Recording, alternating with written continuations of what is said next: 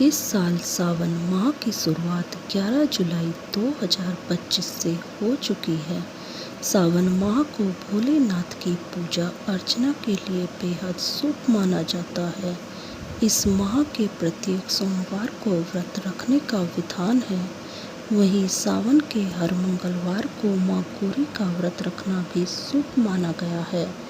इस व्रत में भगवान शिव और देवी पार्वती की पूजा करना बेहद लाभदायक होता है। यानी कि सावन के सोमवार के साथ साथ मंगलवार को भी महादेव की पूजा करने का विधान है।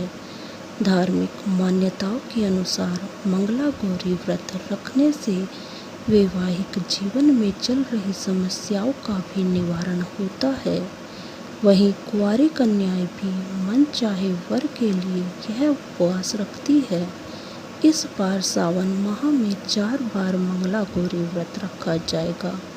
इस दौरान पहला मंगला गौरी व्रत 15 जुलाई 2025 को रखा जा रहा है। ऐसे में व्रती महिलाएं मंगला गौरी व्रत कथा को जरूर पढ़ें। इसके बिना व्रत अधूरा माना जाता है। आइए इस कथा के बारे में जान लेते हैं। मंगला गौरी व्रत कथा।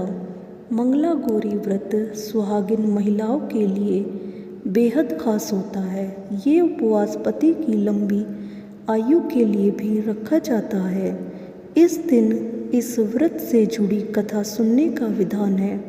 कहा जाता है कि प्राचीन समय में धर्मपाल नाम का एक सेठ था। वह बहुत अमीर था। उसके पास धन की कोई कमी नहीं थी। कहा जाता है कि वह सेठ स्वयं सर्वगुण संपन्न भी था। धर्मपाल महादेव का बड़ा भक्त था। वहीं कालांतर में उसकी शादी गुणवान वधू से हुई। शादी के कई साल बाद तक भी उन्हें संतान की प्राप्ति नहीं हुई। इस वजह से वह दोनों ही बेहद चिंतित रहते थे।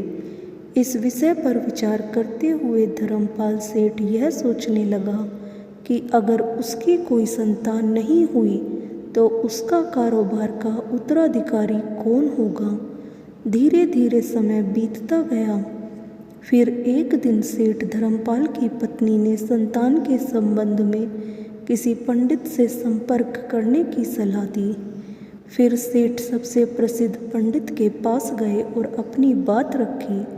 गुरु ने सेठ दंपत्ति को महादेव और पार्वती माँ की पूजा करने की सलाह दी। पंडित जी की सलाह के बाद से सेठ धर्मपाल और उनकी पत्नी ने भगवान शिव की विधि अनुसार पूजा उपासना की। उन दोनों की भक्ति से प्रसन्न होकर एक दिन माता पार्वती प्रकट होकर बोली, हे देवी, तुम्हारी भक्ति से मैं प्रसन्न हूँ। जो वर मांगना चाहते हो मांगो। माता पार्वती की बात सुनते ही सेठ धर्मपाल की पत्नी ने देवी से संतान प्राप्ति की कामना की। इसके बाद पार्वती जी ने उन्हें संतान प्राप्ति का वरदान दिया। हालांकि संतान अल्पायु था। 1 साल बाद धर्मपाल की पत्नी ने पुत्र को जन्म दिया। फिर पुत्र का नामकरण किया गया। इस दौरान धर्मपाल की पत्नी ने ज्योतिषी को माता पार्वती के वचन से अवगत कराया। ज्योतिषी ने सेठ धर्मपाल को अपने पुत्र की शादी मंगला गौरी व्रत करने वाली कन्या से करने की सलाह दी। बेटे के बड़े होने के बाद सेठ धर्मपाल ने अपने पुत्र की शादी मंगला गौरी व्रत करने वाली कन्या से ही की। इस शादी के बाद कन्या के पुण्य प्रताप से धर्मपाल का पुत्र मृत्युपाश से मुक्त हो गया। दोस्तों, आपको यह कहानी कैसी लगी हमें कमेंट कर ज़रूर बताएं। अगर आपको यह कहानी अच्छी लगी तो चैनल को लाइक और सब्सक्राइब करें। धन्यवाद।